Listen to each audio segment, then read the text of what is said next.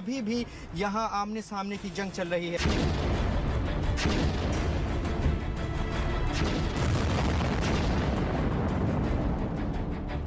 Active war zone बना हुआ है जहां यूक्रेन और रूस की सेना लगातार उनके बीच में जंग चल रही है।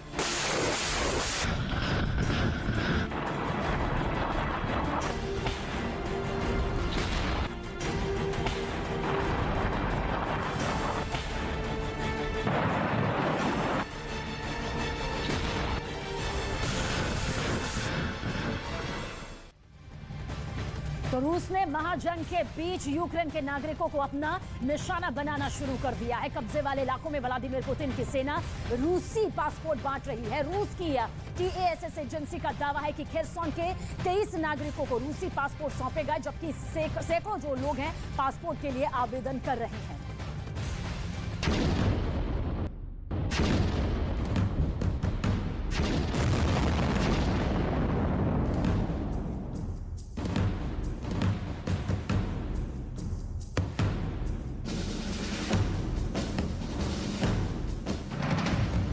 जंग के बीच पुतिन का नया माइंड गेम। यूक्रेन के लोगों को रूस का पासपोर्ट। अब क्या करेंगे यूक्रेन के राष्ट्रपति जेलेंस्की?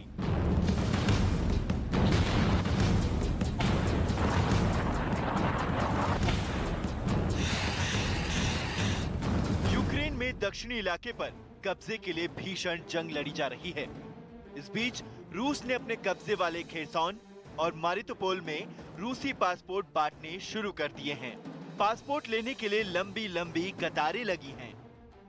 Это в моей жизни исторический момент, великий исторический момент происходит. Это не только радость моя, я думаю, много. रूस के सैन्य नागरिक प्रशासन का दावा है कि खेरसोन में 23 लोगों को रूसी पासपोर्ट दिए गए हैं, जहां रूस ने मार्च महीने में कब्जा कर लिया था, जबकि सैकड़ों लोग पासपोर्ट के लिए आवेदन कर चुके हैं।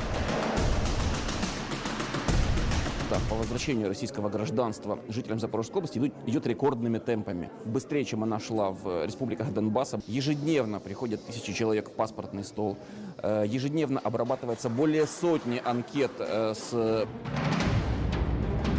खेरसोन में ज्यादातर लोग रूसी भाषा बोलने वाले हैं और वहां के लोगों का रूस से काफी गहरा रिश्ता भी है। और यही वजह है कि रूस की सरकार खास गेम प्लान के तहत खेरसोन के लोगों को अपने पक्ष में करने के लिए उनकी दिल खोलकर मदद करने में जुट गई है।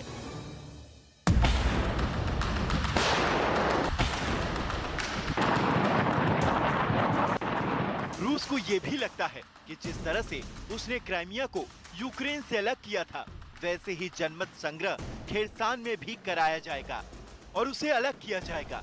रूस ने जिन इलाकों में पासपोर्ट अभियान शुरू किया है, उसमें मारितोपोल, खेरसोन, ज़पोरिज्जिया शामिल हैं।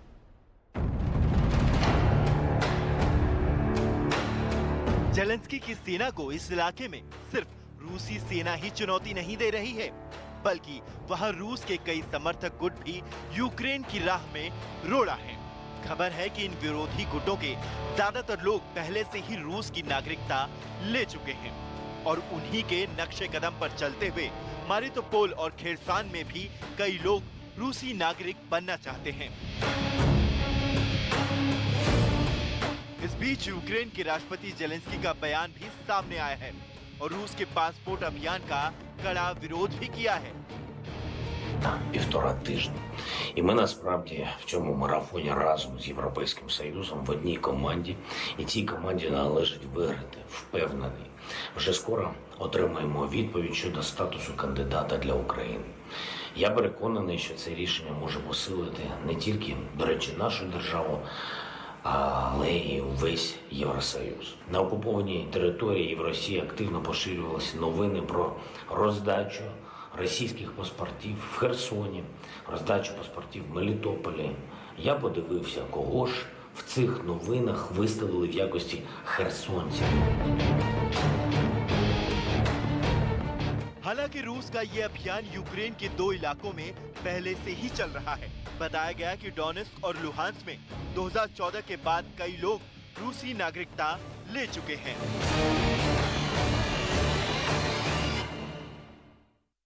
अमेरिका अब यूक्रेन से रूस की जंग खत्म करने की बड़ी शिद्दत से इंतजार कर रहा है, क्योंकि यूक्रेन की मदद करना अमेरिका को भारी पड़ रहा है। अमेरिका का खजाना धीरे धीरे खाली हो रहा है, इसलिए बाइडेन यूक्रेन को लेकर अलग अलग बयानबाजी कर रहे हैं। बाइडेन का कहना है कि अगर यूक्रेन के राष्ट्रपति ज़ेलेंस्की वक्त रहते अमेरिका की चेतावनी पर ध्यान दे देते तो यूक्रेन में इतनी तबाही ना मचती।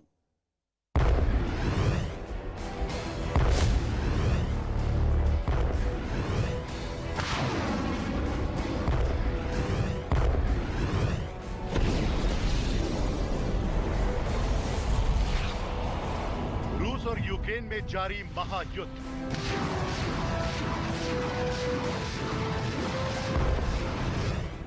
अमेरिका और यूक्रेन में दरार। बाइडेन का जेलेंस्की पर वार।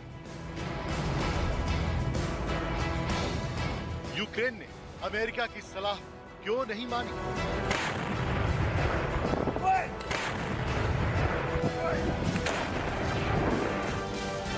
अमेरिका और अपने साथी देशों की मदद से यूक्रेन जंग में रूस को कड़ी टक्कर दे रहा है। इसी बीच अमेरिकी राष्ट्रपति जो बाइडेन ने यूक्रेन को लेकर बड़ा दावा किया है। यूक्रेन के राष्ट्रपति जेलेंस्की रूसी हमले की चेतावनी को सुनना नहीं चाहते थे। यूरोपियन देशों को भी लगा कि अमेरिका इसे बढ़ा चढ़ाकर पेश कर रहा है। अमेरिकी राष्ट्रपति बाइडेन ने ये बड़ी बात लॉस एंजल्स में यूक्रेन की मदद के लिए एक फंड रेजिंग कार्यक्रम में कही। बाइडेन यही नहीं रुके, बल्कि उन्होंने ये भी कहा, शुरुआत में कई लोगों ने सोचा होगा कि मैं बढ़ा चढ़ाकर बातें कर रहा हूं, लेकिन हमारे पास सूचनाएं और आंकड़े थे। जंग के दौरान रूसी राष्ट्रपति पुतिन हद पार करने वाले थे, ये भी जानकारी हमें थी, लेकिन जेलेंस्की इस खतरे के बारे में कुछ नहीं सुनना चाहते थे। राष्ट्रपति बाइडेन का यह बयान ऐसे वक्त में आया है जब जेलेंस्की के सलाहकारों ने रूस के खिलाफ लड़ाई के लिए अमेरिका समेत पश्चिमी देशों से और ज्यादा आधुनिक हथियारों की मांग की है। हालांकि अमेरिका लगातार यूक्रेन को आर्थिक और सैन्य मदद पहुंचा रहा है, जिसकी वजह से इतने दिनों से जारी जंग में रूस को मुश्किलों का सामना करना पड़ रहा है। लेकिन अब यूक्रेन की मदद करना ही अमेरिका को भारी पड़ रहा है, क्योंकि फिलहाल अमेरिका की आर्थिक स्थिति ठीक नहीं है और बाइडेन सरकार को अपने ही देश में यूक्रेन की मदद करने पर विरोध झेलना पड़ रहा है। रक्षा विशेषज्ञों का दावा है कि अफगानिस्तान में अमेरिका एक साल में जितनी रकम खर्च करता था, अमेरिका उतना खर्च पिछले 3 महीनों में यूक्रेन में कर चुका है। क्योंकि जंग जारी है तो आगे भी यूक्रेन की मदद करना अमेरिका की मजबूरी है, जो उसे महंगी पड़ने वाली है। यही वजह है कि अमेरिका ने यूक्रेन को लेकर अपने बयान पलटने शुरू कर दिए। रूस ने भी मौके को भांपते हुए अपनी युद्ध रणनीति में बदलाव किया और जंग को लंबा खींचने के लिए हमले कम कर दिए, जिसका सीधा नुकसान अमेरिका को होगा और अब उसका असर भी दिखना शुरू हो गया है। एक तरफ बाइडेन यूक्रेन के खिलाफ बयानबाजी कर रहे हैं तो वहीं यूरोपियन देशों की मदद में भी कमी आई है।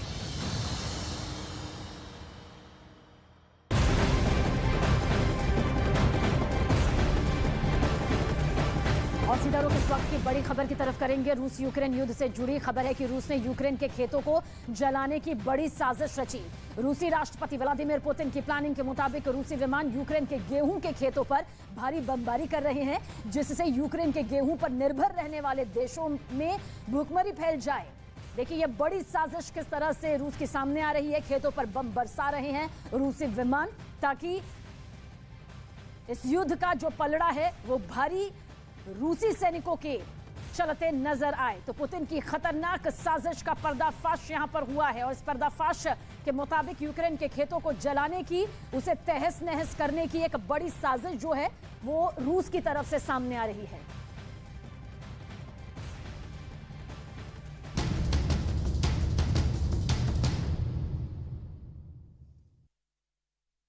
काला सागर में निवाले का काल सामने आया है। ये ऐसा जल दैत्य है जो दुनिया के 6 अरब लोगों को भूखा मार सकता है। दरअसल यूक्रेन युद्ध में काला सागर जल अखाड़ा बना हुआ है। काला सागर में रूस के हमलों से बचने के लिए यूक्रेन की नेवी ने बारूदी सुरंग बिछा रखी थी। वहीं यूक्रेन को काला सागर के रास्ते कोई बड़ी मदद ना मिले, इसके लिए रूस ने यहां से जो माइंस का जाल है वो भी बिछा रखा है। लेकिन इस बारूद के जाल ने उन युद्धपोतों का रास्ता रोक दिया जिसके जरिए अनाज दुनिया के तमाम देशों को पहुंचता है। 94 देशों की उस साइलेंट किलर का कितना खौफ है, इस स्पेशल रिपोर्ट के जरिए आप जरूर देखें।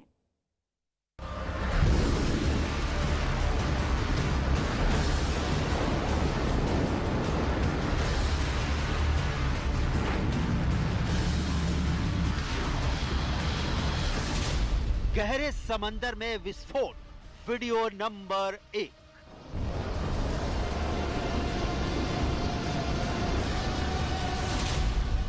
गहरे समंदर में विस्फोट, वीडियो नंबर 2।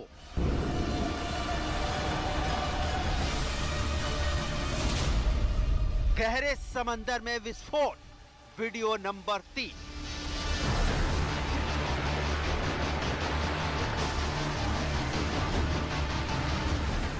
समंदर की अतल गहराइयों में बिछाई गई श्री माइन कुछ ऐसे ही दुश्मनों का काल बनती है।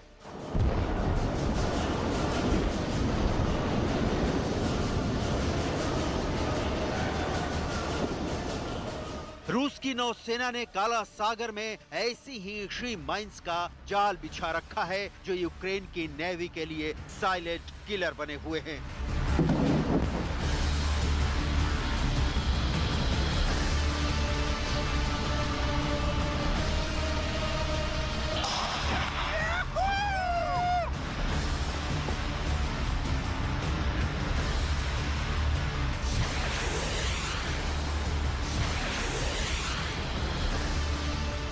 काला सागर में रूस के बिछाए सी माइंस का असर सिर्फ यूक्रेन पर ही नहीं है। इसके फटने के खौफ ने 6 अरब लोगों के निवाले पर संकट खड़ा कर दिया है।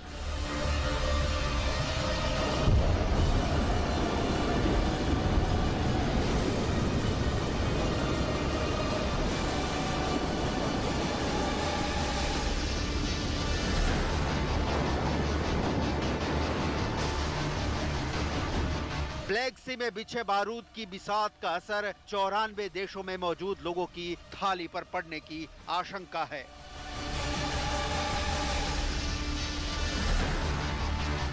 वजह है काला सागर की मचलती लहरों पर पुतिन की सेना का पहरा। ब्लैक सी में पुतिन की सेना का वर्चस्व है। ब्लैक सी से लगे यूक्रेन के सभी बंदरगाहों पर रूस की कड़ी नजर है।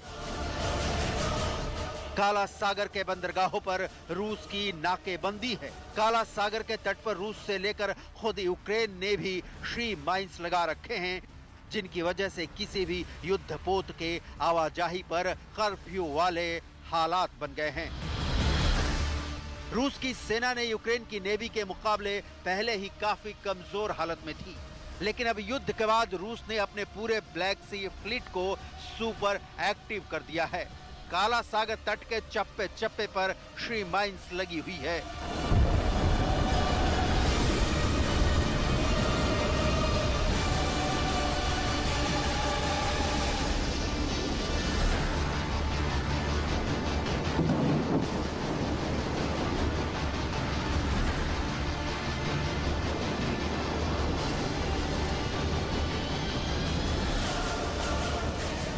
जिस वजह से यूक्रेन के बंदरगाह पूरी तरह से दुनिया से कट गए हैं। ऐसे में यूक्रेन युद्ध से कैसे 6 अरब लोगों को रोटी के लाले पड़ सकते हैं।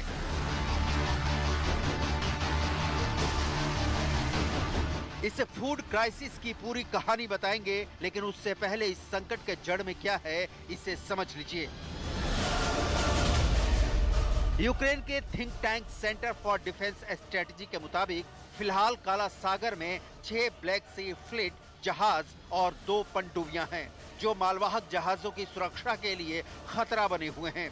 वहीं रूस और यूक्रेन के बिछाए श्री माइंस भी जहाजों के लिए काल बनी हुई हैं। काला सागर की लहरों पर रूस के युद्धपोत तैनात हैं। समंदर के अंदर पनडुब्बियां मोर्चा संभाले हुई हैं। साथ ही साथ साइलेंट किलर के तौर पर श्री माइंस भी मौजूद हैं।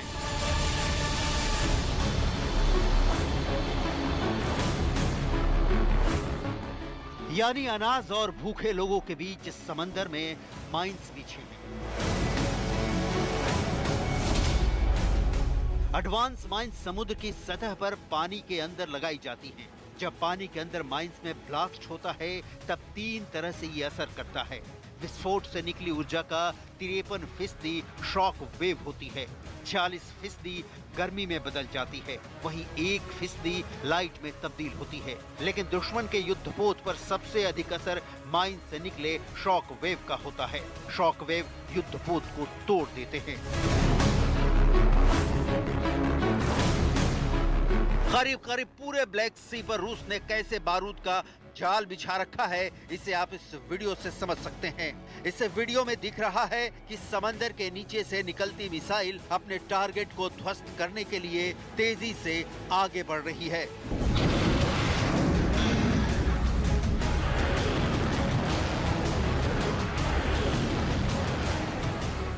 समंदर, मिसाइल और सबमरीन से यूक्रेन को दहलाने का ये वीडियो किसी और ने नहीं बल्कि रूस की तरफ से जारी किया गया है।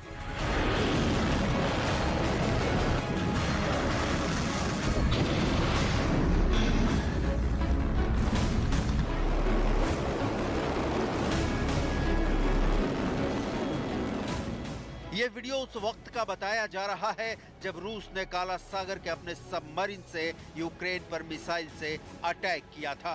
रूस की पनडुब्बियां पूरी दुनिया में अपनी ताकत के लिए जानी जाती हैं। ब्लैक सी से यूक्रेन के खिलाफ पनडुब्बी से मिसाइल अटैक का ये वीडियो रूसी पनडुब्बी की ताकत का प्रदर्शन भर नहीं रहा। इसके पीछे की कहानी खुद दुनिया के सबसे छोटे समंदरों में शुमार ब्लैक सी है, जिस पर रूस का 300 सालों से दबदबा है। रूस यूक्रेन युद्ध के दौरान इस दबदबे को बरकरार रखना चाहता है, क्योंकि ब्लैक सी में नेटो देशों की दखल रूस के लिए मुसीबत का सबब बन सकती है। कैसे, ये समझने के लिए काला सागर के भूगोल को समझना होगा। काला सागर से 6 देशों की सीमा लगती है: रूस, जॉर्जिया, तुर्की, बल्गेरिया, रोमानिया और यूक्रेन। इन देशों में से 4 पहले से ही नेटो के सदस्य हैं। जाहिर है रूस की चुनौती बड़ी है, क्योंकि 5वां देश यूक्रेन भी नेटो में शामिल होने के लिए बेकरार है।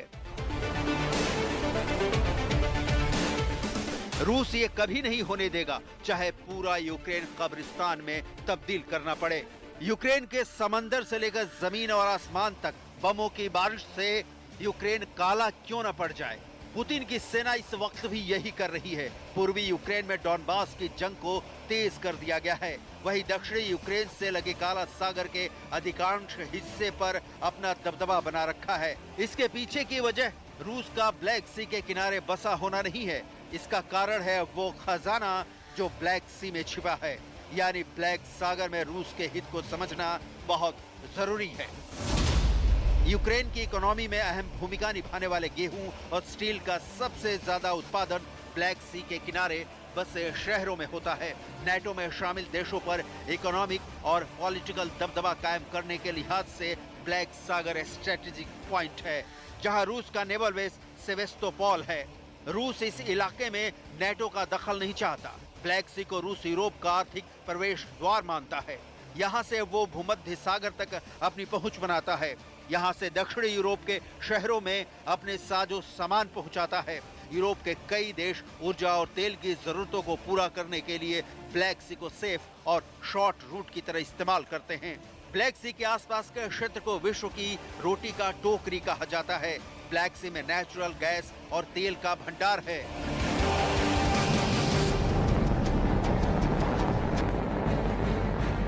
जाहिर है ऐसी जलराशि पर अमेरिका और यूरोप की नजर हो तो रूस यहाँ अपना कब्जा जमाना जरूर चाहेगा। लेकिन काला सागर की लड़ाई में अब 6 अरब देशों की रोटी पर ग्रहण लग सकता है।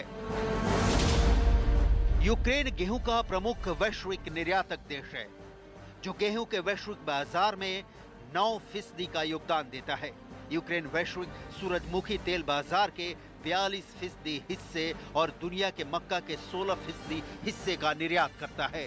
ब्लैक सी में एक्सट्रीम माइंस की वजह से यूक्रेन में 20 से 25 मिलियन टन गेहूं फंस गया है। युद्ध के चलते लाखों टन अनाज यूक्रेन के गोदामों और बंदरगाहों में पड़ा है, लेकिन उनका एक्सपोर्ट नहीं हो पा रहा है। वहीं न्यूयॉर्क टाइम्स की रिपोर्ट के मुताबिक अमेरिका ने चेतावनी दी है कि रूस यूक्रेन से चुराए गए गेहूं को अफ्रीका के सूखाग्रस्त देशों को बेचकर उस लूट से लाभ उठाने की कोशिश कर रहा है। वहीं यूक्रेन ग्रेन एसोसिएशन के प्रमुख माइकोला गोर्बाको ने चेतावनी दी है कि अगर यूक्रेन के बंदरगाहों से निर्यात फिर से शुरू नहीं हुआ तो जुलाई के आखिर में शुरू होने वाली अगली फसल बुरी तरह प्रभावित होगी, जिसका असर दुनिया के पेट पर पड़ना लाजमी है।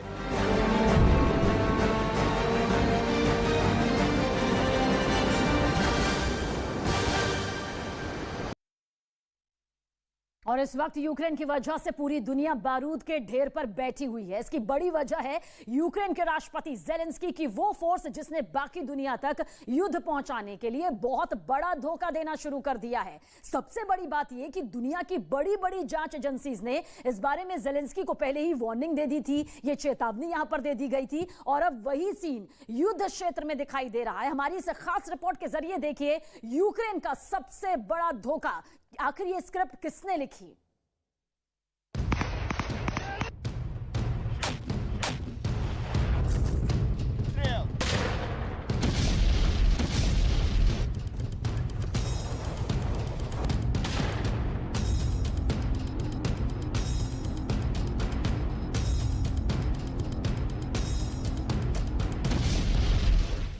चाहे गोलियां बरसाती राइफल हो,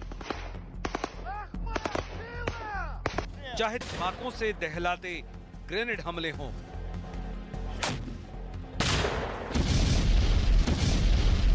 या फिर एंटी टैंक मिसाइल हों,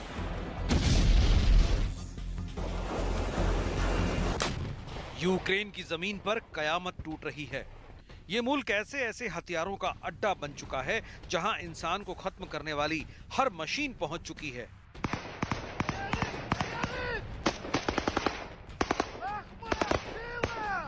यही वजह है कि पश्चिमी देशों में यूक्रेन अब एक नई वजह को लेकर बहुत बड़े डर और बहुत बड़ी फिक्र का मुद्दा बन चुका है।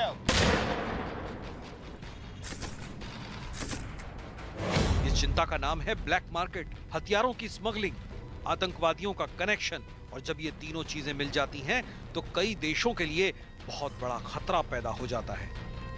ऐसा दुनिया ने अफगानिस्तान में देखा है, ऐसा दुनिया ने अफ्रीका में देखा है, ऐसा सीरिया में देखा है और ऐसे कई देश अब यूक्रेन में चल रही जंग को लेकर बहुत डरे हुए हैं।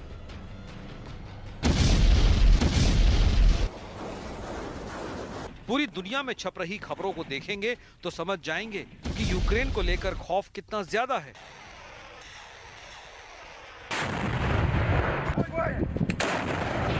अमेरिका से लेकर यूरोप और तमाम पश्चिमी देश यूक्रेन को सप्लाई किए जा रहे हथियारों को लेकर फिक्र में डूबे हुए हैं। अफ्रीका से लेकर एशिया तक हेडलाइन छप रही हैं कि यूक्रेन को दिए जा रहे हथियार अब आतंकी संगठनों के पास पहुंच सकते हैं। कई रिपोर्ट्स हैं जिसमें आरोप ये भी लग रहे हैं कि खुद यूक्रेन ये हथियार ब्लैक मार्केट में बेच रहा है। आखिर वो कौन-कौन से हथियार हैं जो आतंकी संगठनों के पास आराम से पहुंच सकते हैं? इसकी फुल डिटेल देखेंगे तो आप चौंक जाएंगे।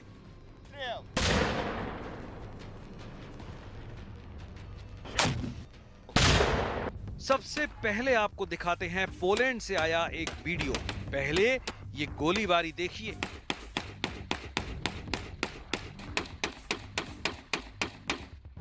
इसमें इस्तेमाल हो रहे हथियार देखिए। ये फौजी नहीं हैं, लेकिन अब यूक्रेन के समर्थन में लड़ना चाहते हैं। इनको हथियार कौन दे रहा है ये भी आपको बताएंगे। लेकिन बड़ी बात यह है कि जो हथियार ज़ेलेंस्की के समर्थन में लड़ने के लिए मिले हैं, अब ये उससे अपना मुल्क भी एक जायज सरकार से आजाद कराना चाहते हैं। सबसे पहले मिलिए बेलारूस के फाइटर से।